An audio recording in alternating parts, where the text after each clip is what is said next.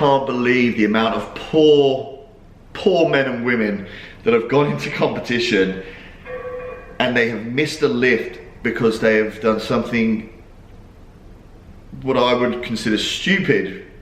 And I say the word stupid because they haven't done their homework about powerlifting. They thought they can just jump in and just lift some weights and get a total. Remember, this is a sport. There are rules that you need to abide by. And what I'm going to quickly cover now is knowing the competition calls for each lift. And I'm going to start with squats because that's the one that most people mess up on. I'm really trying hard not to swear in this video. So the first thing, there are 2 calls for your squat. You'll jump under the bar, you'll get yourself nice and tight, you'll stand up, hold. Wait for the judge to say squat, and it'll be the head judge. They'll say squat, you squat down, you come back up, and you stand there motionless again. You then wait for the head judge to say rack, and then you rack your bar. There are 2 calls, squat and rack.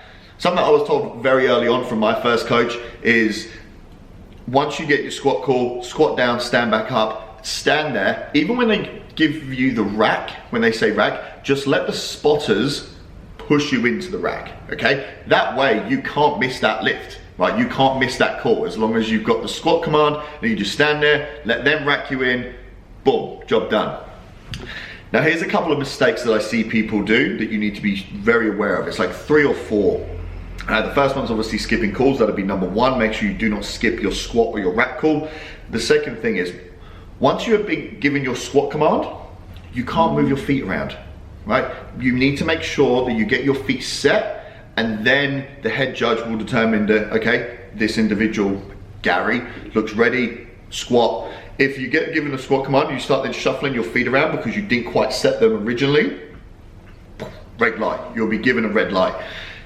You might be told on the first one you can't do that again, especially if it's a novice, but if you do it for a second time, I'm sure you're gonna get red lighted. So just be aware of that. Make sure your feet are set and you're happy with them before kind of like looking up at the judge, giving them the eye saying that I'm ready. All right, the third thing is squat below parallel. Too many lifters, especially if they open too high on their squats, they squat above parallel or they squat to parallel.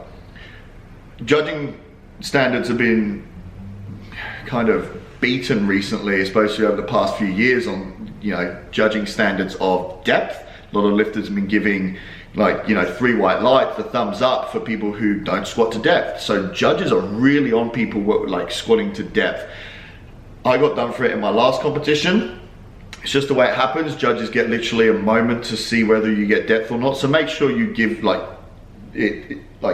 you cannot miss it, right? That is clearly depth. If you squat parallel, you squat high, no lift. So make sure in the gym, you're practicing squatting to depth every single session, right? Every single rep. And then number 4 is bar dip, okay? So throughout the whole of the lift, you need to make sure that you are in control of the bar. And you have to show the judges that you're in control of the bar. If you squat down and as you come back up, you then dip and then finish the lift, what that's telling the judges is that you're not completely in control of the bar, red light. So the bar must just move in one fluid motion, right? All the way down, all the way up. If on the way down, you pop out, like I say, you dip and then finish the lift, no lift, unfortunately. So those there are just 4 things, including comp calls, that I see lifters make mistakes in, especially for their first novice competition. It's really, really annoying for the lifter.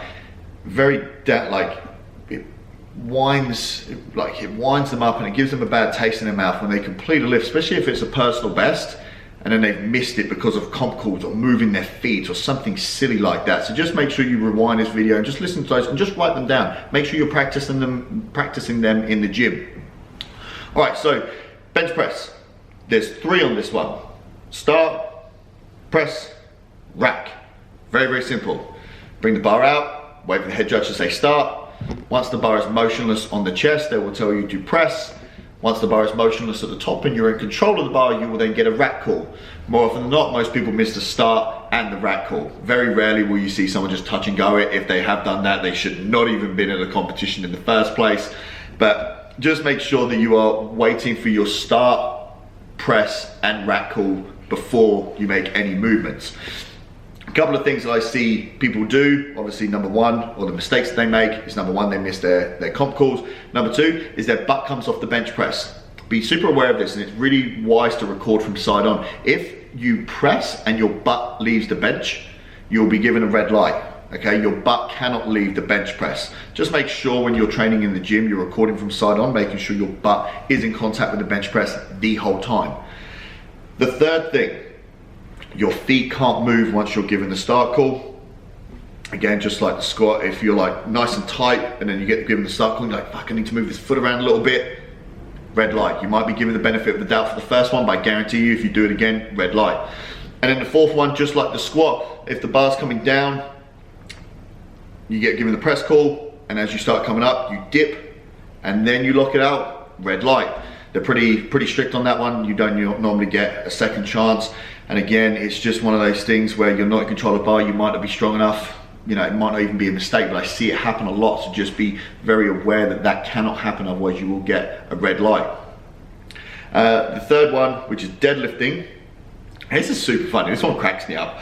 When people walk over to the deadlift platform, and you can just tell they're novices here, because they've been like, you know, they've been given a start call for both their squat and their bench. So, you know, on their deadlift, it should be the same, right? So they walk over to the barbell, and they get down, they grab the bar, they get tension, they just stare at the ref like this.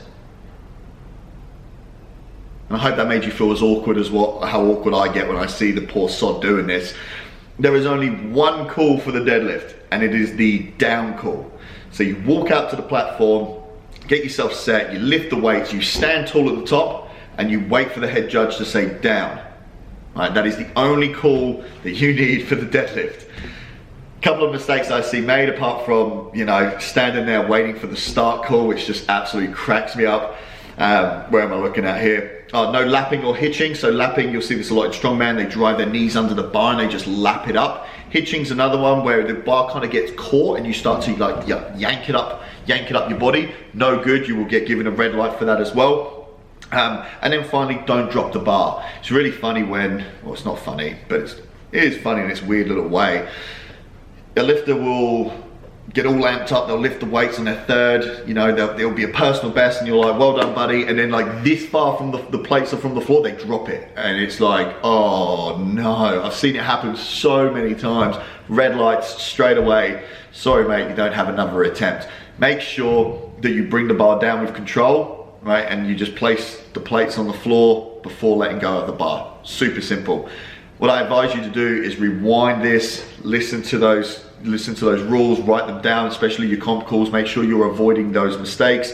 Practice them in the gym so you know on comp day you're not going to get red lights or miss a lift for some silly mistakes such as those. All right, so let's just finally touch on two more things. Food, right?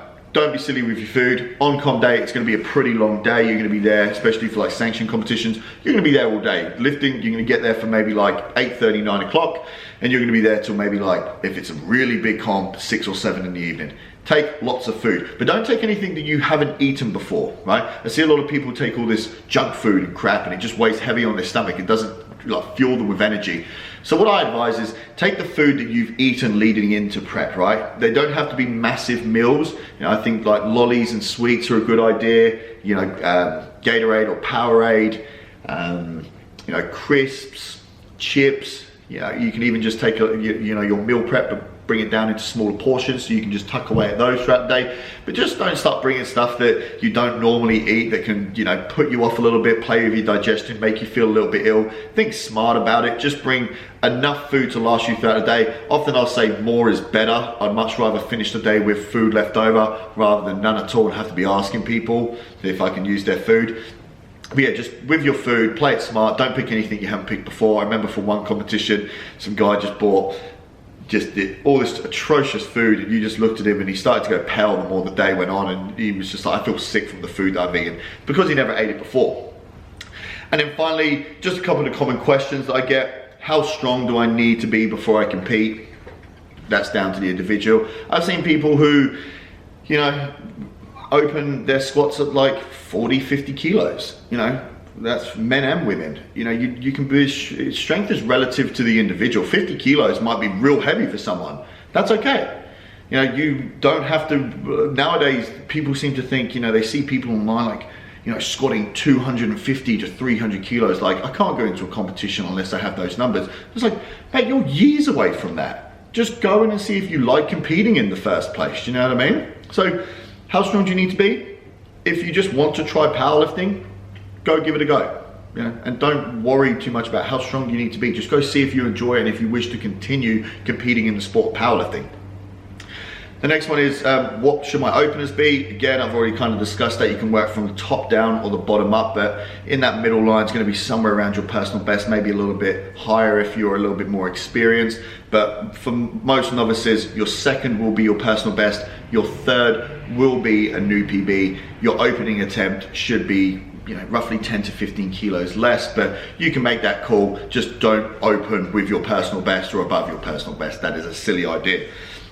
So that's everything for competitions. If you have any questions, leave them below. I hope you took a lot from that guide from your first powerlifting meet. If I didn't cover like everything, or again, if there's some answers that you want to have, reach out and do another video on it, or I can answer them in the comments.